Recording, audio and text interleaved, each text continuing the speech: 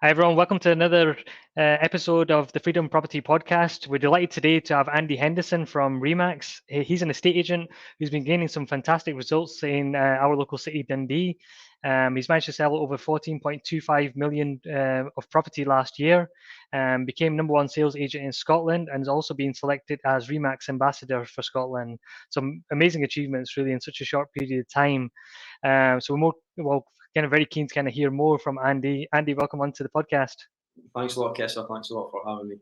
It's Great. exciting. Well, we've known each other for a couple of years now. First kind of touch base in sort of lockdown when COVID was happening. But I suppose kind of for the viewers that maybe don't know you, it'd be good to kind of give a bit of a background to start off with. Yeah, so my background originally was hospitality. Okay. My whole family are kind of in that business. So I worked at a hotel. I worked behind the bar at the hotel first, then I worked in the restaurant, and then I ended up being the manager of the hotel and kind of taking more kind of online bookings.com and stuff like that, dealing with all that kind of stuff. So I didn't have any prior experience in sales or estate agency or anything like that at all, which I think looking back probably helped me a lot because I never really went in and tried to be a salesman. I kind of focused on the customer and customer service, which is kind of what my business is wrapped around just now. So yeah, before this, no prior experience in sales. It was just customer service, customer experience, making sure that the customer is always good. And I think is if you do that, any job that you're in, you're always going to give yourself a good chance of being successful.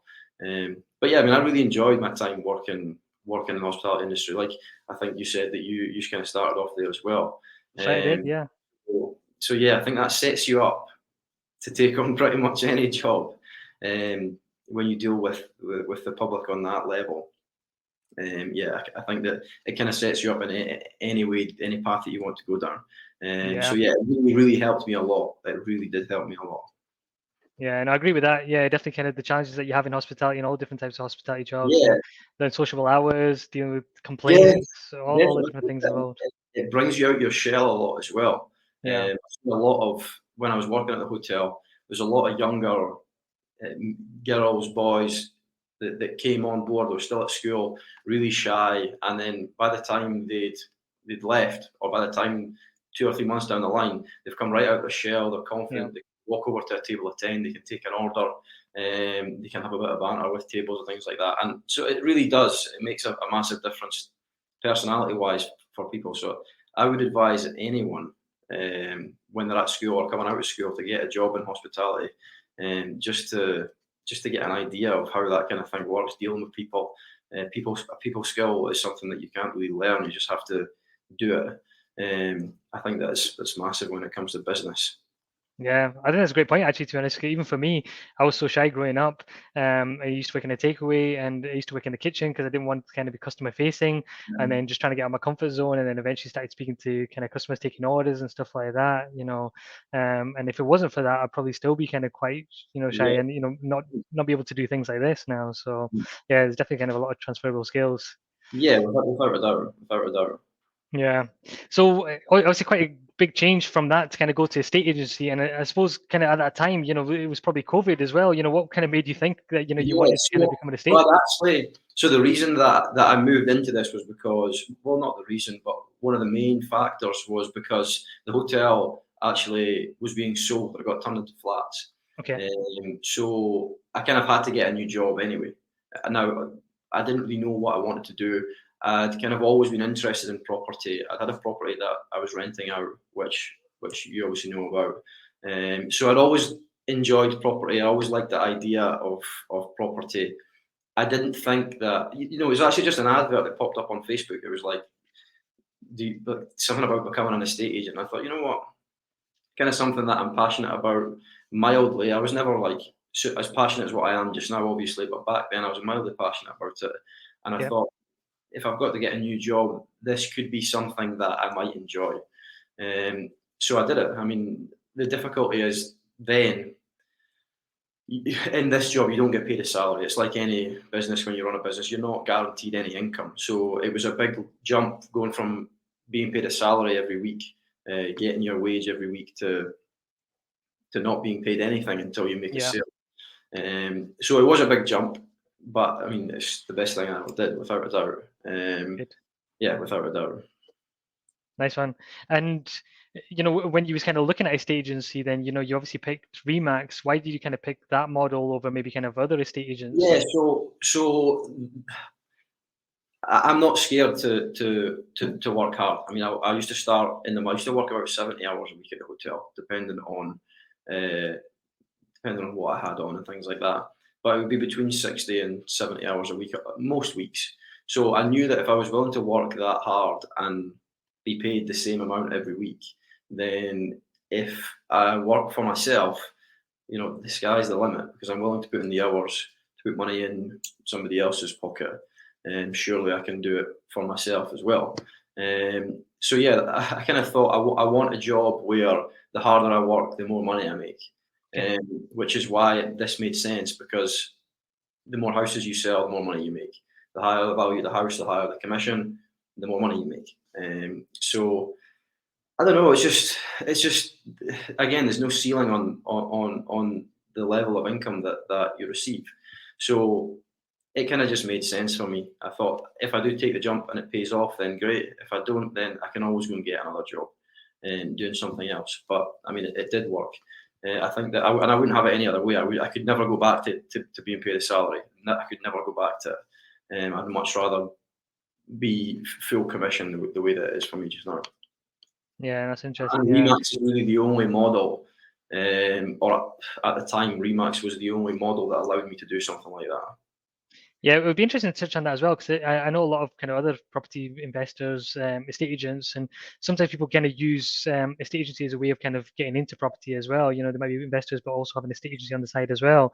The Remax model is quite different. Kind of, I think it's an American model, right? And we've seen kind of other American. It's totally American. Yeah. So Remax is an American. Well, it's a North American company. They're the biggest real estate brand in the world. They sell the most houses worldwide. Sell the most houses globally. The nice thing about Remax as well is that, well, you already know this, but my plan is to move over to North America. I've already previously, which we touched on after, I suppose. And I've always wanted to go back there. So working for Remax, it means that I can easily get a visa to go wherever I want in the world, really, because it's a global company. So yeah, that's kind of the benefit to the Remax model for me, is that I can go anywhere with it. Yeah, and yeah, originally they started obviously over in North America, and the model's exactly the same. I don't get given really any business from Remax. I go out, I get my own inquiries. That's why I'm so active on social media and doing videos and things like that, because at the end of the day, if I'm not generating leads, I'm not going to make any money. So I need to be constantly thinking about where I'm getting the next listing from.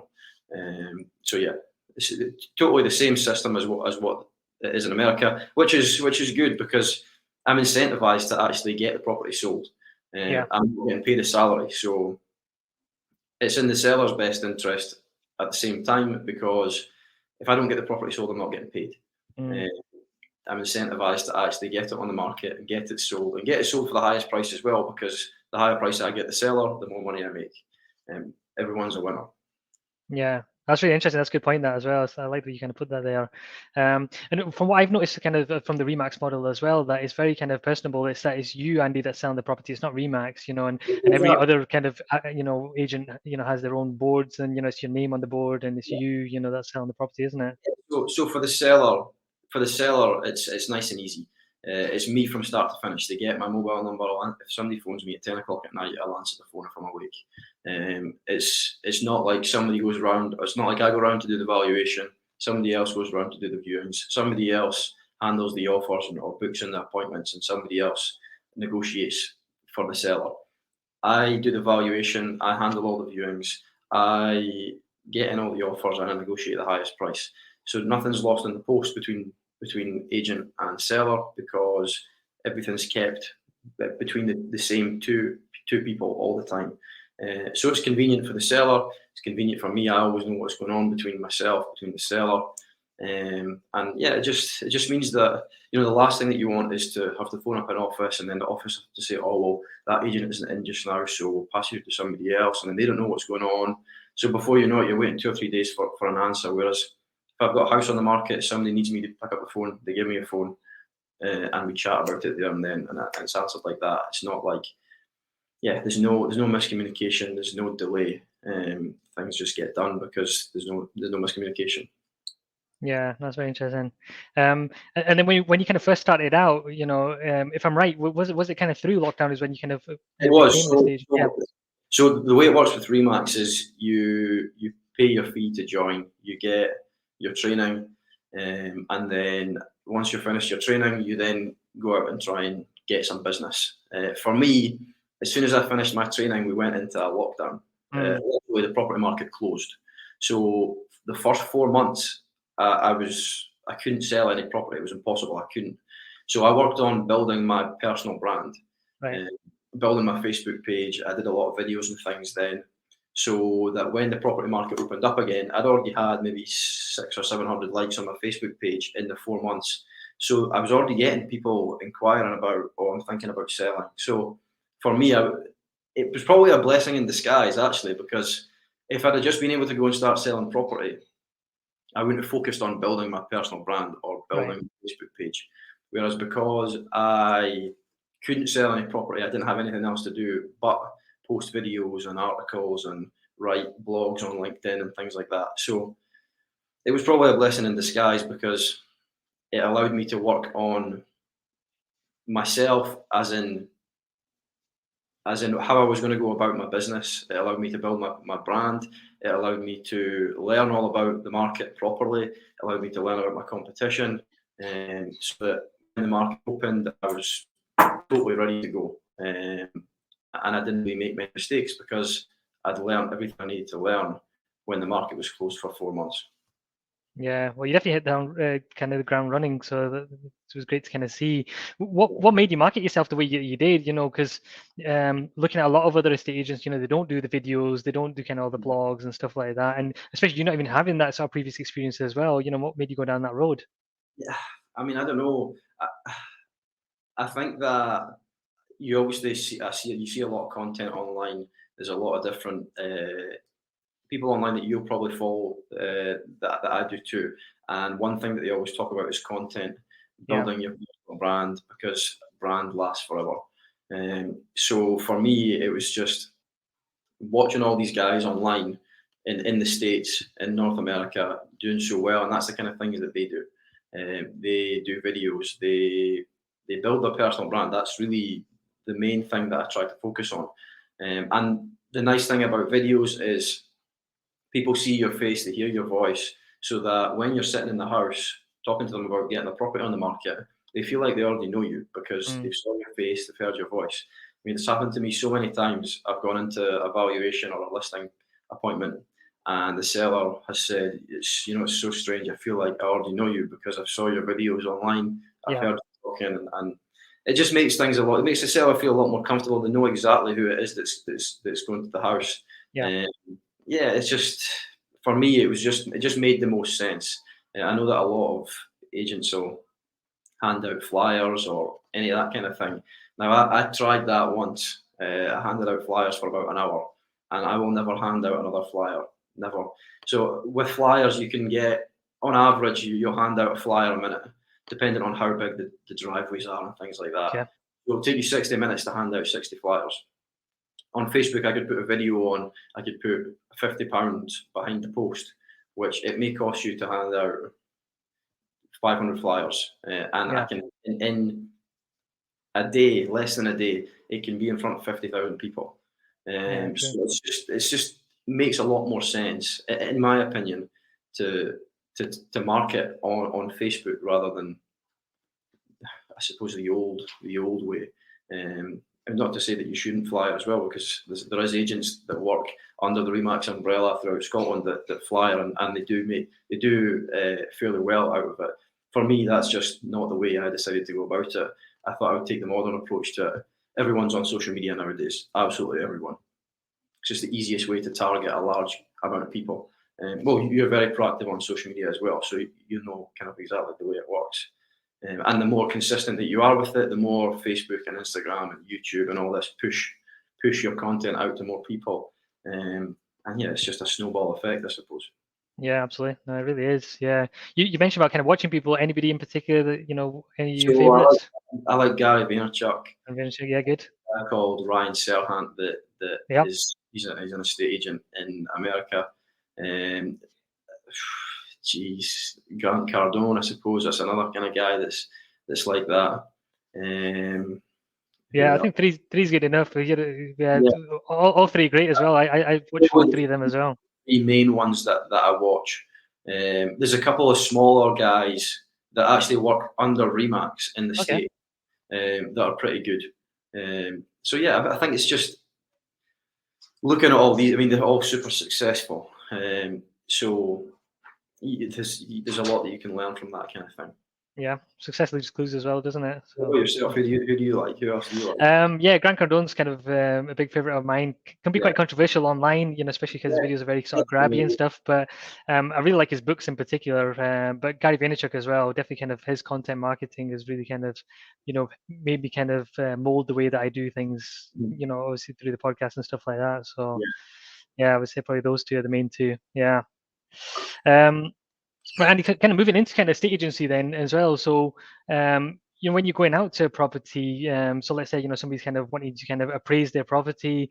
How do you actually value a property? Because technically you're not a surveyor. How do you come up with the valuation? I mean, at the end of the day, the value that any estate agent gives the seller, whether that's me that goes out, whether it's a solicitor that goes out, whether it's another estate agent that goes out, regardless as to the value that the estate agent gives the seller has no, it doesn't mean anything. It doesn't mean anything to because I don't value the property, and I'm very honest to somebody as well. I work very closely with the same surveyor. I use the same guy to do just about every single one of my home reports. Right. What I tend to do is give him a phone before I go around to the property. We have a chat about it. And I'll then have a good idea. I know what a property is going to be worth anyway, just from looking at sold comparables in the area, what I've sold recently that's in the area, what maybe other people in the office have sold that's in the area. So I'll normally have a pretty good idea. But I mean, sold comparables is the kind of be all and end all, because that's what the surveyor will value the property on as well. So I'll just look at what's sold in the area. Now, sometimes that can be pretty tricky because, for example, I was at a house yesterday out towards Perth. It's right across from the Horn, and there's no other property like it. There's no comparables because there's nothing that's like it. Right. So then, at the end of the day, a property is worth what somebody's willing to pay for it. But something like that is very difficult to value. And I was very honest with him. I said, look, this is extremely difficult to value. Sometimes I'll have a look around the property. I'll then phone the surveyor after, or I'll have a chat with the surveyor after about what I've seen at the property. And then we'll come to a kind of agreement or we'll come to a decision on where the value lies. Other times I'll know before I go out. Other times I'll get back to them after I've seen it. Just totally. Yeah, that's really interesting. That and just probably works kind of same for property investors, especially when they're doing the refinances. Ultimately, comes down to comparables. I think especially just now, what we're seeing obviously is a lot of properties going quite a fair amount above market value or above home report value. So it's really about, my job isn't to value the property. That's not what my job as an estate agent is. My job as an estate agent is to ensure that I get the seller the maximum amount over that home report value as possible. That's my job. My job isn't to value a property. It's to get the maximum price over value that we can. So in terms of value, I'll leave it to the surveyor, and I'll be pushing to get as much as we can get over home report value, which last year I sold 150,000 over home report value, which is pretty scary. So I think it's what I'll normally do just now as well when I'm going out to property is explain to them what the home report value may be, and then explain to them kind of where I can see the value landing when we go on the market, as in what the sale price will be. Because the home report value and the sale price just now are two totally different numbers in certain areas for certain properties. So it's important that the seller knows that as well. Yeah, no, that's really interesting. That you'd mentioned kind of how obviously it's your job to kind of get the maximum price for your seller. What sort of things do you do? Like what sort of advice are you giving to the sellers? Particularly into the property, and then obviously we can talk about negotiating afterwards as Yeah, well. so for a start, it's important the property is presented in the best way possible. Okay.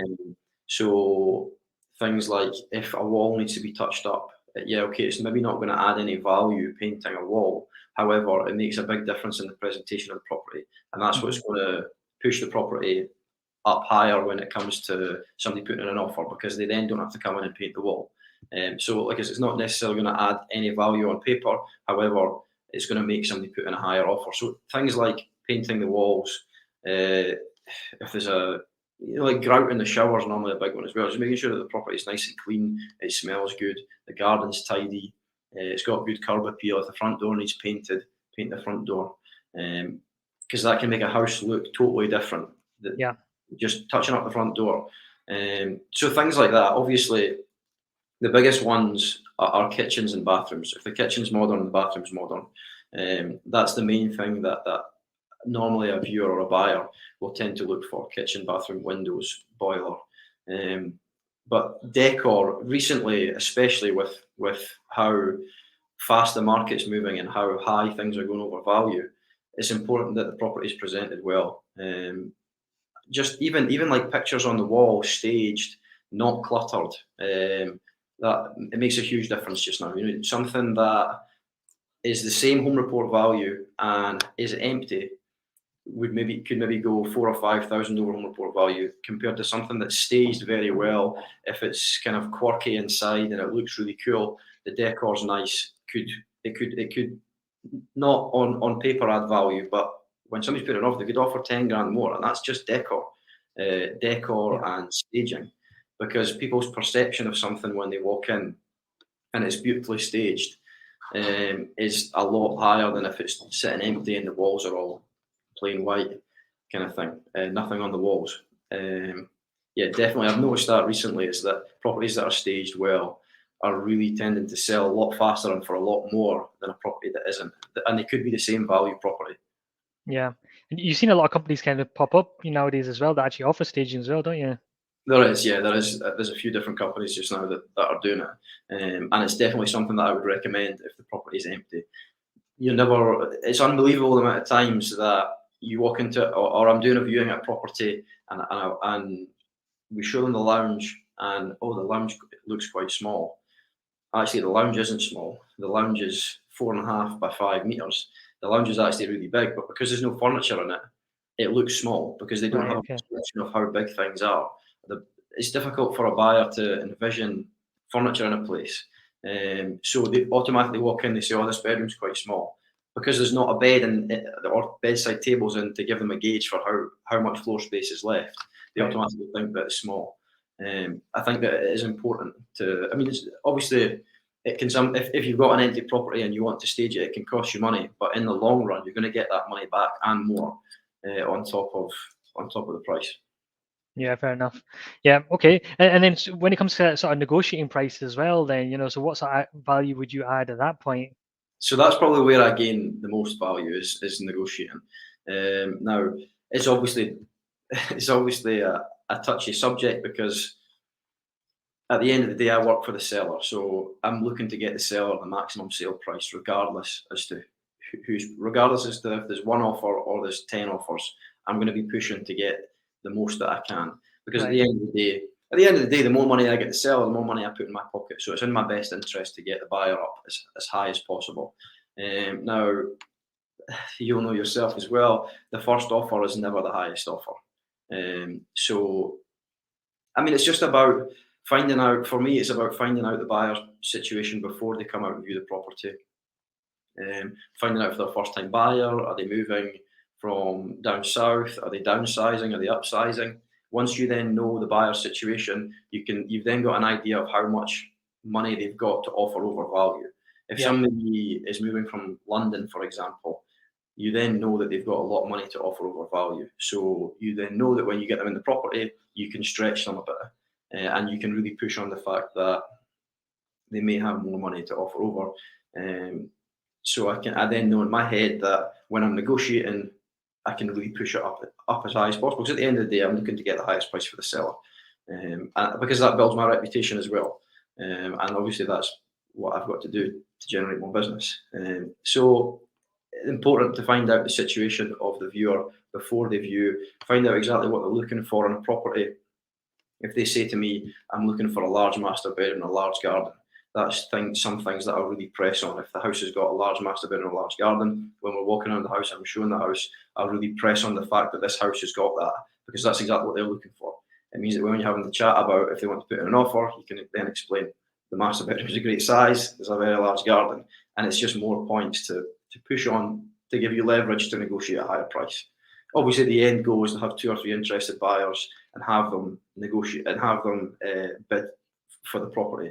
The more offers you've got, the more leverage you've got to jam the price up at the end of the day. Yeah, that's great to hear.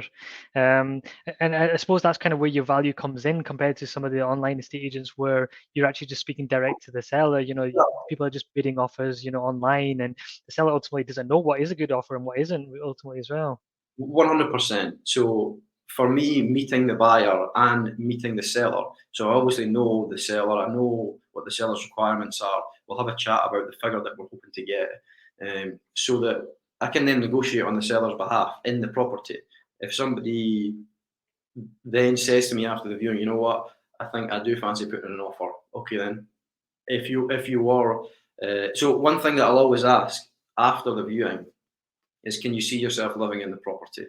If they say yes, we can see ourselves, or yes, I can see myself living in the property, great. If you were to put in an offer, hypothetically, where would your offer be at? Where would you come in at? That's then your foot in the door to then ask to get some offers. Right. It's always giving them the option to put in an offer and that on the table to have that discussion. The property is the best place to negotiate because they obviously are emotionally connected to the property because they've decided to put in an offer. So me compared to somebody that maybe the seller does the viewings or there's a viewing agent. Now the viewing agent for a lot of these properties, they'll never have been in the property before the viewings start. They've never met the seller. They don't know anything about the home report. Yeah. So how can they sell something that they've never been in before or they don't know anything about? For me, I study the home report. I study the area. I know how to sell a property. I'm not just a tour guide that says, here's the kitchen, here's the bathroom, or just opens the front door and says, have a look. Yeah. I walk around the property, I sell the property, I find out about the buyer, I press on the points that they're looking for, and we get the price up as high as we can because at the end of the day, that's my job. Yeah, fantastic to hear. You'd mentioned kind of earlier on there, that different sellers coming from different places. What sort of trends are you seeing in your local area, or maybe all over Scotland just now? One thing that you've said there, and I've heard myself as well, that there's kind of buyers moving up from down south as well. So, what have you seen in the market over the last 2 years? There's been a lot of people moving from down south, Okay. moving back to Scotland. I mean, obviously, I can only speak on Dundee and surrounding areas, but there's been a lot of people move back to Dundee or Broadferry or Forfar or Ayrshire. I've sold properties all over the place. Yeah. I think the main reason is they maybe moved down south years ago, and because of COVID and things, they now realise that they want to be closer to their family. So that's one reason. Another reason is that because everything's now kind of online, people work from home. There's a lot more people that work from home. So they don't have to actually be living in the city that they work in. They can be living remotely. They could live in Spain if they want to live in Spain. So a lot of people are now using that to their advantage. They're moving maybe closer to family or they're moving somewhere cheaper. And Dundee's the cheapest city in Scotland to live in. So there's a lot of people that maybe they previously worked in Edinburgh or Glasgow and they had to buy there or they had to rent there. Now they don't have to be there because they don't have to go into the office every day. They can work remotely. They can work from home. So they're now moving to Dundee because it's the cheaper option, and they're working from home. So I think that's another reason, on top of the fact that people are moving back because family and they want to be close to their family because of the whole COVID thing. Fair enough. Yeah, it's interesting to get your insight on that. And what sort of issues are you having in the property market just now? For us as property investors, definitely the lack of stock is a big Yeah. issue. But for you as an estate agent, what issues are you kind of coming across just Well, now? to be honest, lack of stock is definitely an issue. Now, the reason being, there's obviously not a lot of properties coming on the market. There's so many people that are looking for properties. There's a lot of people in rented accommodation. But the big issue just now is there's a lot of people wanting to move and they want to sell the property. However, they don't want to go on the market because they don't want to sell their property and then not find somewhere to move into. So it's kind of a cycle that we're stuck in just now where people don't want to take the jump to go on the market in case they don't find anything to move into. So a lot of the people that are viewing properties just now have still got properties to sell, or not a lot, there's a lot more people this year certainly than there was last year still with properties to sell because they don't want to put a property on the market and then not find something and be homeless. They don't want their property to sell and not have anything to move into. It's because there's now a lot of people looking for that forever home. I suppose there always is, but now more than ever because COVID and things, people want an extra bedroom, they want a bigger garden, they don't want semi-detached, they don't want to be detached. So yeah, I mean the stock is definitely an issue. It's definitely an issue. Yeah, it'd be interesting to see. I suppose it's kind of vicious circle then, isn't it? Because if nobody wants to if there's not enough properties to buy, then nobody's going to want to sell, are they? Yeah. So the thing is, if everyone who wanted to sell or wanted to move actually just put the property on the market, it would be okay because there would be more properties on the market for people to choose from. Obviously, in a perfect world, that would be the ideal situation for everyone that wants to sell to go on the market. There's then more stock for everyone to choose from. However, people just don't want to take that risk. Totally understandable.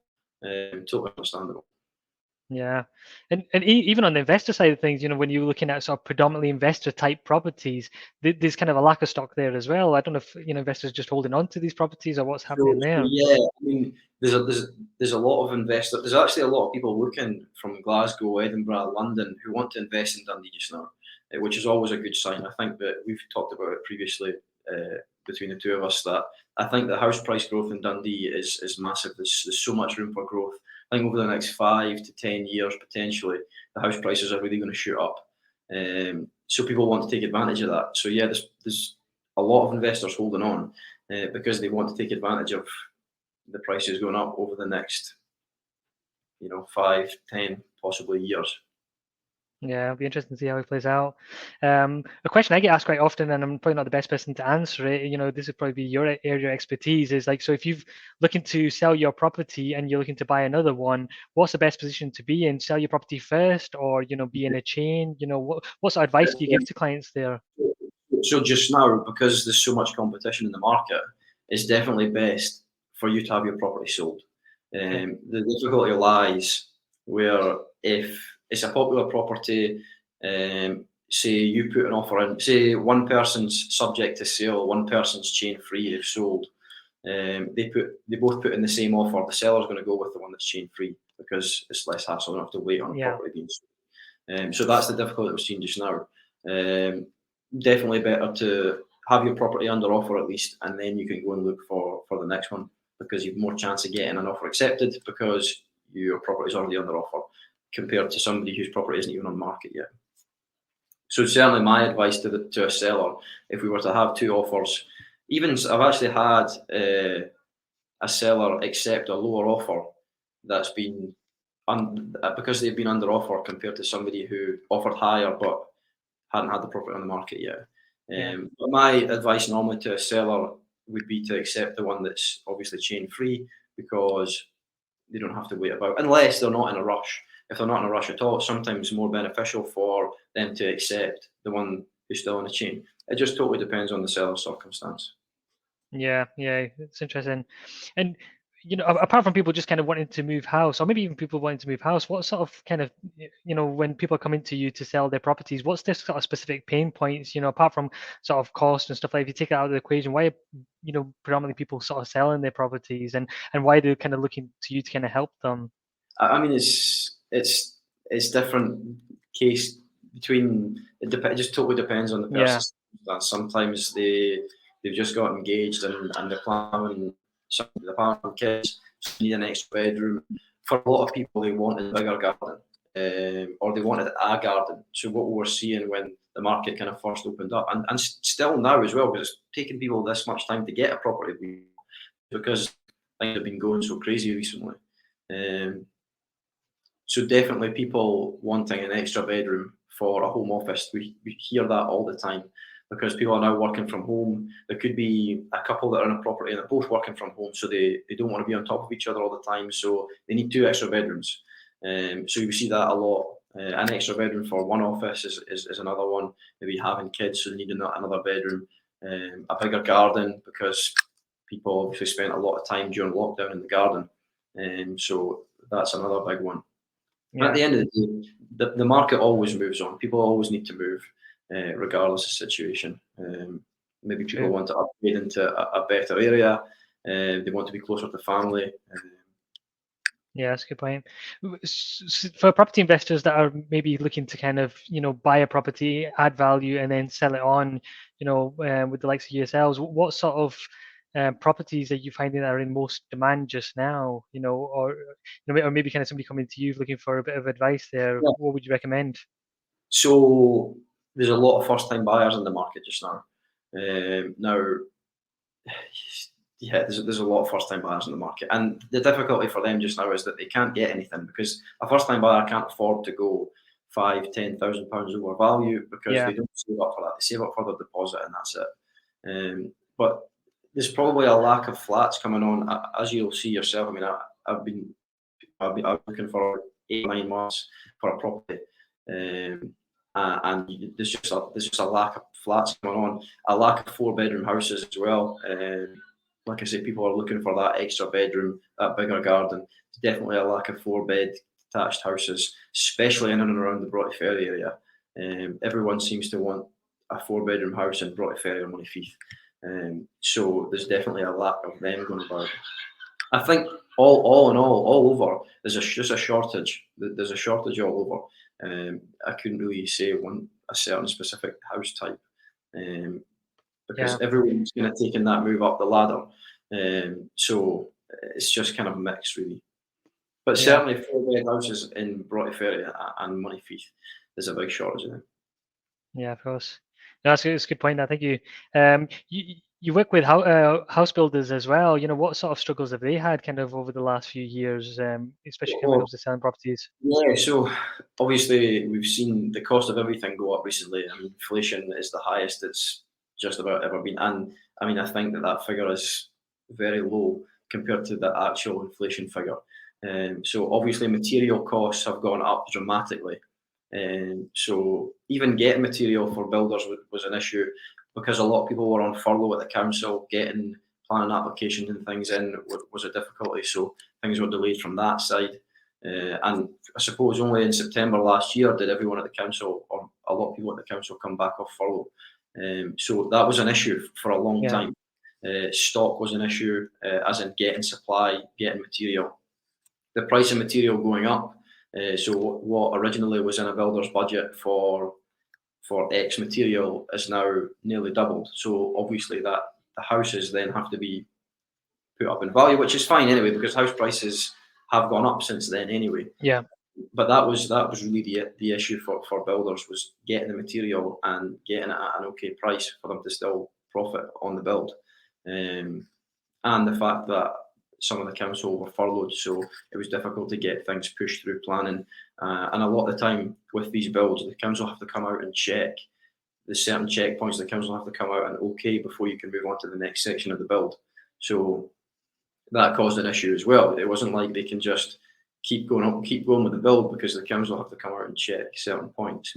And that was hard to get at one point. Yeah, it's been interesting times, hasn't it? So you mentioned, Andy, already, you're a property investor yourself as well, and it's been challenging, obviously, even for you, working in the property market, trying to get property deals. What else have you kind of been investing in over the last couple of years? Yeah, so watches, funnily enough, Okay. about that slightly. I think the nice thing about watches is there's nothing else that you can buy and wear and enjoy and then sell after 6 months, a year, 5 years for a higher price than what you bought it for. So I mean, I've kind of dabbled in and out of that. I think you get the enjoyment from wearing it, and you get the profit when you sell it as well, which is cool. So I've invested in watches recently, crypto, stocks, looked at some NFTs and things. The thing is nowadays there's that many different things that you can invest in. It's picking which one suits you the best. Yeah. It's Well, just you mentioned watches there, which is interesting because I would never think of watches as an investment because yeah, I would kind of view it as a depreciating asset. But yeah. what's driving up the demand and the price Well, it's there? just like anything. I mean, inflation obviously went up. The prices of everything have went up. The same as watches. Now, it depends on obviously which brand of watch you buy. If you are careful in the brands that you buy, you'll certainly make. I mean, the watches that I've got just now have gone up like 34% since I bought them. One of them in kind of like 3 months went up like 12, 14%. Right. At one point, a certain watch was going up 6% a month. There's nothing else that, unless you pick the right coin, the right crypto coin, there's nothing else that can go up that fast. So I think it's just interesting that you can buy. I mean, it's like a classic car almost. Yeah. The only thing is, if you drive a classic car, sometimes the value will stagnate.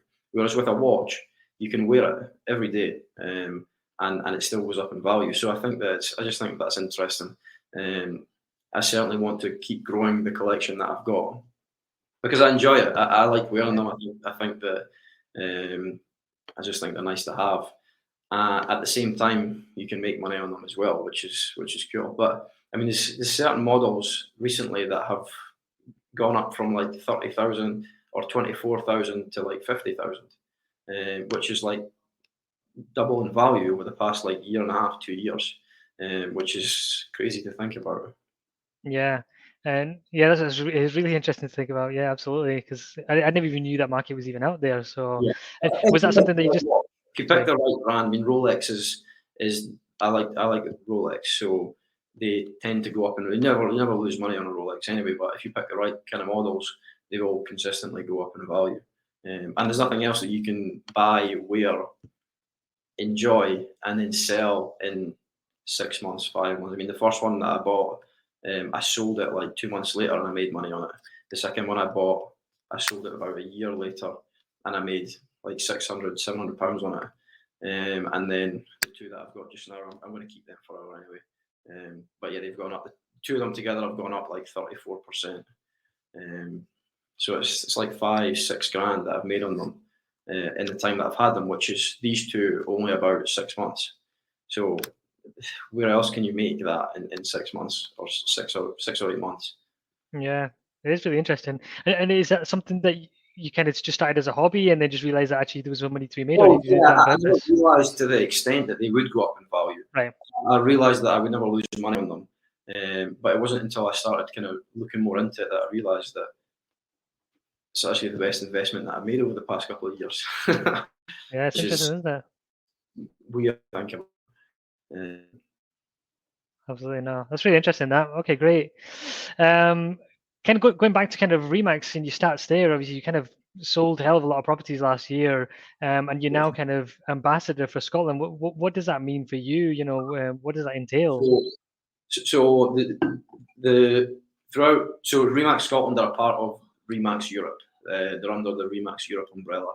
Um, each country or each region in Europe has an ambassador, has one ambassador. So I'm the Remax ambassador for Scotland. There's a Remax ambassador for Ireland, a Remax ambassador for France, Spain, Italy, Portugal, Turkey, everywhere. So I think there's about 30 odd, 32 ambassadors throughout Europe. And we essentially we all get together on Zoom calls, we discuss best practice ideas. You get the chance to go to conventions, so I'll probably go to Switzerland fairly soon for a convention. So yeah, you just kind of get to. You're almost the role model for the brand, Remax Scotland. So I'll essentially learn from. We all learn from each other. All the ambassadors Yep. learn from each other, and then I then push that down the Remax Scotland branch, which is good. I mean, I do like Remax every couple of weeks. They've got maybe between 5 and 15 new agents that start throughout Scotland. or every month. So I go on and do like a Q&A session for the new agents that are coming through. So yeah, I mean, it's good. It's good. The Remax Europe network is really good to be involved in, because I'm now one of the top performers in Europe. You kind of get a lot more. You take on more roles, as in I've done other podcasts for Remax Europe for the network in April, the start of April, or can't remember, maybe the end of April. They're flying out a videographer to follow me about for 2 days, and they want to do like a day in the life of a top performer. So they're going to follow me about for 2 days. So that'll be really cool as well. That will look really good on social media and things. So yeah, I mean, it's all good fun. I absolutely love my job. I wouldn't have, if I could pick one job to do, this would be it. So I'm just kind of enjoying it. I'm enjoying the process, and taking each day as it comes, and learning every day as well. You never stop learning. Yeah, that's a great point. Yeah, and I think your passion kind of shines through ultimately, which is great to see. Where do you kind of see the trends kind of going, moving forward now? As we're recording this, we're in February 2022. How do you see the sort of the property market and the sort of the current trends and the way things are going to be going forward? So I think as we get into the warmer months, there'll certainly be more properties that come on the market. March normally is one of the busier months for properties coming on, so we normally see March, April, May being fairly busy. Obviously, June, July slows down slightly because of school holidays, or end of June, July, start August kind of slows down just with school holidays, and then September tends to pick up again. November, September, October, okay. November, December obviously starts to die down again. So we're going to come into probably one of the busier spells of the year.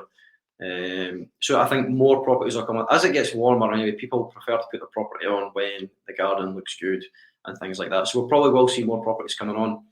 There's certainly the demand for properties is still going to be high, so there'll still be plenty of buyers there. So we'll probably will still see sale prices a lot higher than home report value, which, if you're trying to find something, isn't obviously the news that you want to hear. However, I think that that's going to be the case for the next few years, until this mad period kind of slows down, which who knows? I mean, who knows when that's going to be? But I think certainly over the next few months we should start to see more properties come to the market, so people should get more of a selection. Then again, that being said, when somebody's selling a property, they need to buy one as well, so that means that more buyers are going to be coming into the market also. Yeah. So that's the blind demand issue. There's still going to be that same issue with stock probably. Yeah. Okay. Well, yeah, it'll be interesting to see how it plays out. And you mentioned there kind of like, the market being crazy. Is there any sort of sign of that slowing down at all? It's difficult to tell because obviously at different points in the year the market will react different. So if you can't really compare where we're at just now to what it was like in May last year, because obviously it was really buoyant then, and there was more properties coming on. But certainly, because there's not a lot of stock coming on, it's just a case of supply and demand. Because the demand for properties outweighs the supply, there's more competition in the market and things are going for a higher price. When that will stop, I really don't have a clue. Nobody knows. That's just the game that we do. Absolutely. Just got to take one day at a time, don't we? Exactly. Yeah. Well, Andy, that's been excellent. We have one question actually. Somebody's asked, do Remax cover commercial property or is it just residential? So you need a license to sell commercial property. So I can't, and I don't sell commercial property. You need a license to do that. Normally it's the surveyors that sell commercial property. So DM Hall sell commercial property. I think Shepherds do. Normally it's the surveyors that have licenses to sell commercial property. It's something that I would probably look into do at some point. When that is, I'm not sure. But it's definitely something that I would like to get involved in. I just can't at the moment because I've not got a license for it. Yeah, could be a business opportunity for you for the future. Yeah, potentially, yeah. Absolutely. Where do you see yourself sort of, moving now kind of into the future as well as an estate agent, Andy? So I've kind of got a plan over the next 5 years, which we've chatted about privately as well. So obviously, like I said earlier, I want to move back to North America, whether that's somewhere in Canada, one of the bigger cities in Canada, one of the bigger cities in America, I'm not sure. I have to kind of wait to see. However, I want to build my own property portfolio up over the next kind of 5 years so that when I do eventually move away, I don't have to. I'm not under pressure to make X amount of sales. I want to be able to move over and enjoy my time there rather than having to worry about constantly trying to make a sale, because I think that it'll happen a lot more naturally if I do that rather than Yeah. have to. Because, like I said, I don't get paid a salary, and with my job, I can move anywhere in the world. However, I'm not guaranteed any money when I move.